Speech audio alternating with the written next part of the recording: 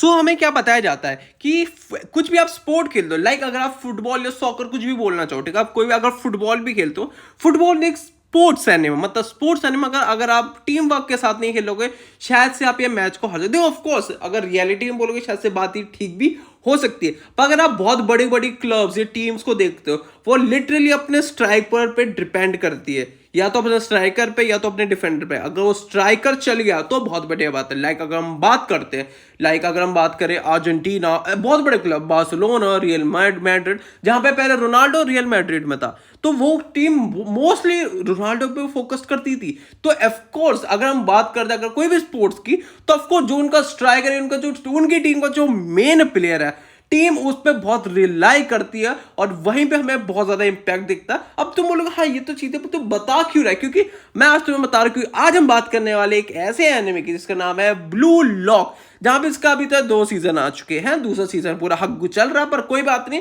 मैं तुम्हें बताऊंगा शायद से तुम्हारा थोड़ा इंटरेस्ट आ जाए, उसको छोड़ के तुम मांगा पढ़ लो, वो और ज्यादा तगड़ी है। अब बात करते हैं ब्लू लॉक की, क्यों, क्योंकि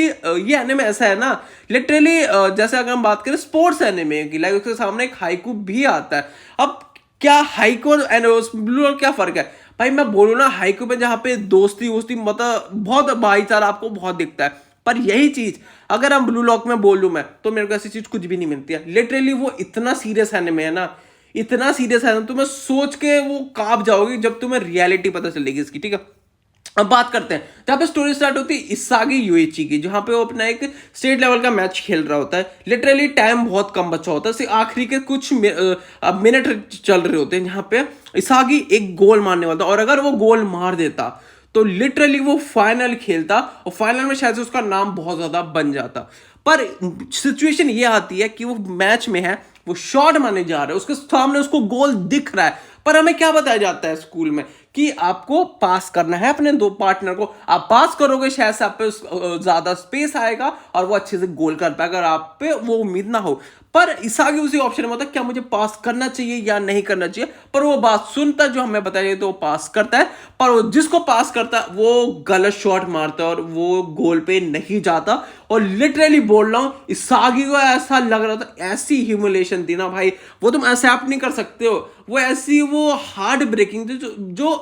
आप बता नहीं सकते हो, बस आपको फील होती है। और वहां पे ना इसागी बहुत गिल्ट में चल रहा भाई मैंने क्या किया, अगर उस टाइम मैं खुद गोल मार देता तो ज्यादा, मतलब उस टाइम मैं खुद सेल्फिश हो जाता। और फिर हमें दिखता है एक ब्लू लॉक नाम के एक ऑर्गेनाइजेशन की एंट्री होते हुए, जो जापान के जो टॉप अंडर 15 के प्लेयर्स है सबको एक लेटर भेजती है। वो कहती है अगर तुम्हें बेस्ट बनना है तो ही इधर आना, बेस्ट बनना तो ही आना वरना मत आना, सीधी बात उनकी, नो डाउट। और ठीक है, उसको देखकर इसागी में और बहुत सारे प्लेयर जाते हैं, जहां पे उनका बहुत सिंपल होता है कि भाई मैं बनाऊंगा बेस्ट, वो उस ब्लू लॉक का बहुत सिंपल होता है कि हम बनाएंगे तुम्हें बेस्ट टॉप, कहता है हम टॉप 1 को ही ढूंढ रहे हैं, इतने सारे रफ कोयले में से मैं सिर्फ एक डायमंड को ढूंढ रहा हूं। जो देखो बात तो मैं सुनेगा कर रहा है क्या बातें कर रहा है भाई, इतने सारे में से एक क्या प्लेयर होगा, जहां पे उसका सीधा है जो इसमें इगोइस्टिक है, उसका नाम इगोइस्टिक बोला गया है, तो वो बोलता है कि भाई मुझे ऐसा बंदा है जिसके अंदर भर भर की ईगो, जो सिर्फ अपने लिए खेलेगा, वो दूसरों पास वास कुछ नहीं करेगा, अपने लिए ही खेलेगा। पर एट द एंड जब आप प्रोसेस को पूरा समझते हो तो ऐसी चीजें नहीं होती है। अब यहाँ पे क्या चीज है, जब ब्लॉक स्टार्ट होता है तो इसमें कुछ 300 प्लेयर आते हैं, 300, जिसमें से सिर्फ 11 सिलेक्ट होने वाले हैं। तो प्रोसेस बाय प्रोसेस सारी चीजें शुरू होती है। अब दिक्कत पता क्या है इसमें, जब प्रोसेस शुरू होती है तो इसमें एक चीज बताई जाती है कि हर एक प्लेयर अपने लिए गोल मारना चाहता है, वो सिचुएशन देखता है कि मैं नहीं मार सकता तो मैं पास करूंगा, पर अगर उसके पास टाइम है, वो गोल मारने का उस पे चांस है, तो वो गोल पक्का मारेगा। जहां प्रोसेस बाय प्रोसेस चलता रहता है। तब से पता है इसमें पता है एक वो सबसे मस्त लगता है जब पहले वाला इसका टास्क आता है, जहां पे इन्हें क्या करना है, लाइक आपने हैंडबॉल तो खेला होगा, पर ये कुछ ऐसी हैंडबॉल टाइप का होता है, जैसी टाइमर बंद हो गया जिसपे वो रह गया तो बंदा वो तो बाहर हो जाएगा। अब यही सारी चीजें होती है, टाइम बंद हो गया, आखिर में उस बंदे पर रह जाता है जिसने इसागी के सामने जो टीम वो उस वाले मैच में थी, वो बाहर हो जाता है। अब उसके बाद फिर शुरू होता है मैचेस, जहाँ पे इसागी जो इसमें ना अलग अलग स्टेजेस होते हैं, स्टेजेस की अलग अलग टीम होती है और इनकी बहुत लो टीम होती है। पर भाई इसागी धीरे धीरे समझते कि गेम है क्या, कैसे है क्या, और लाइक उस टाइम में हमें पता चलता है केमिकल रिएक्शंस के बारे में, बहुत सी अलग अलग चीज है। लाइक केमिकल रिएक्शन बोलोगे कि साइंस चल रहा है, नहीं, वो केमिकल रिएक्शन ही केमिकल रिएक्शन, इसमें हमें बता जाते हैं पजल, जो सॉल्व पजल्स है वो इसागी कैसे जोड़ेगा अपने पार्टनर से, उसकी क्या केमिस्ट्री होने वाली, टीम के साथ क्या उसका बॉन्डिंग कैसा होने वाला है, उस चीज को इसमें केमिकल रिएक्शन हमें बताया जाता है। जहां धीरे धीरे लेवल बाय लेवल इसागी सीखता जाता है कि केमिकल रिएक्शन कैसे हो सकता है, किस तरीके से, किस लेवल हो सकता है। और एक मूवमेंट आता है ना जहां पे हमें पता चलता है कि ब्लू लॉक कहने में भाई ये नॉट फॉर हैप्पी बच्चों के लिए ये वाला एनिमे, क्योंकि जब इसमें एक में ना एक वो बंदा होता है जो लिटरली इसागी को बहुत अच्छा बीट कर रहा होता है, पर इसागी उसे हराता है। लाइक ऐसा होता है ना वो जमीन पर रो रहा है और इसागी उसको देख रहा है, तुम समझ सकते हो उस टाइम पे कि वो एक गूज बम्स वाली फील थी ना कि ये मैंने बोला ना ये एनिमे कोई अच्छा एनिमे नहीं, इसमें कोई भाई वो भाईचारा कुछ नहीं चलता ना कुछ नहीं चलता भाई इस एनिमे में। इस एनिमे में सिर्फ आपको दुख दर्द पीड़ा मिलेगी भाई अगर आप जीतते नहीं हो, और अगर आप हारते हो भाई बहुत दुख होने वाला है। अब धीरे धीरे जब ये लेवल बिल्कुल ठीक होता है, जब लोग अपने बिल्कुल हाई फॉर्म में पहुंच जाते हैं, उसके बाद फिर एक और इनकी शुरू होती है। अब यहाँ पे क्या होती है, इनको 3 प्लेयर ढूंढने हैं, 3 प्लेयर में से इनको फाइट करनी है 3x3 में। अगर जो टीम जीत जाएगी तो हारी वाली टीम में से उसका एक प्लेयर ही अपनी टीम में रख सकते हैं। वहां पे देखो वो चीज तो तुम्हें बहुत ज्यादा बड़े लगेगी, हाँ चलिए तो ठीक है, पर जो हार जाएगा उसकी टीम का कोई भी अगर वो बेस्ट प्लेयर होगा वो उसे भी ले सकते जो उनके खिलाफ खेल रहा था। तो ऐसे भाई पहला मैच तो भाई इसागी हार जाता है, जो रेन होता है। अब इनकी टीम में कौन कौन होता है मैं तुम्हें बता देता हूँ। इसागी होता है, बाचिरा होता है, और आपका वो होता है क्या कहता है, इसागी होता है, बाचिरा होता है, और तीसरे का मेरे नाम याद नहीं रहा, आ नहीं रहा, ठीक है, नागी होता है, यस नागी होता है। और सामने वाली टीम में आपका होता है रेन होता है, जो ऑफकोर्स इस ब्लू लॉक का नंबर 1 प्लेयर होता है, ठीक है। अब यहाँ पे जब इनकी फाइट ऑफ कोर्स रिन से वो पहला मैच तो हार जाता है। अब इसागी अपने पे डाउट करने लगता है, तभी हमारे पास एक नया कैरेक्टर आता है, ठीक है, उनसे फाइट करते हैं, 2x2 क्या फाइट करते हैं। और तब इनको देखने मिलता है एक नया कैरेक्टर, उसका नाम होता है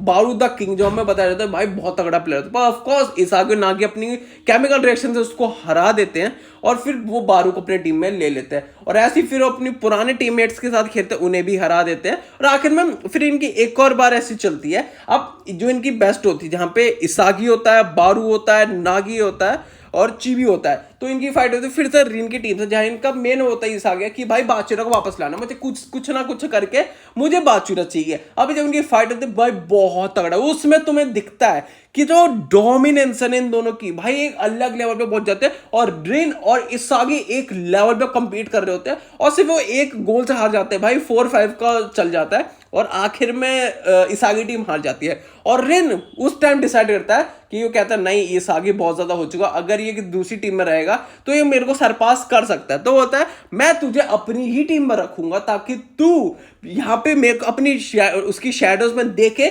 उसको नंबर 1 होता हुआ और उसको लेते, मतलब उस टाइम बताओ तुम्हें फील आता है नहीं भाई जो इसागी करता था लोगों से आज उसके साथ हो रहा है, कर्मा उसके साथ हो रहा है। और ऐसा नहीं है तुम्हें लगता होगा नहीं अगर भाई वो है कि प्रोटैगनिस्ट रहता है तो भाई ये कुछ भी कर सकता है यही सारी जीतेगा, नहीं ऐसा नहीं होता। वो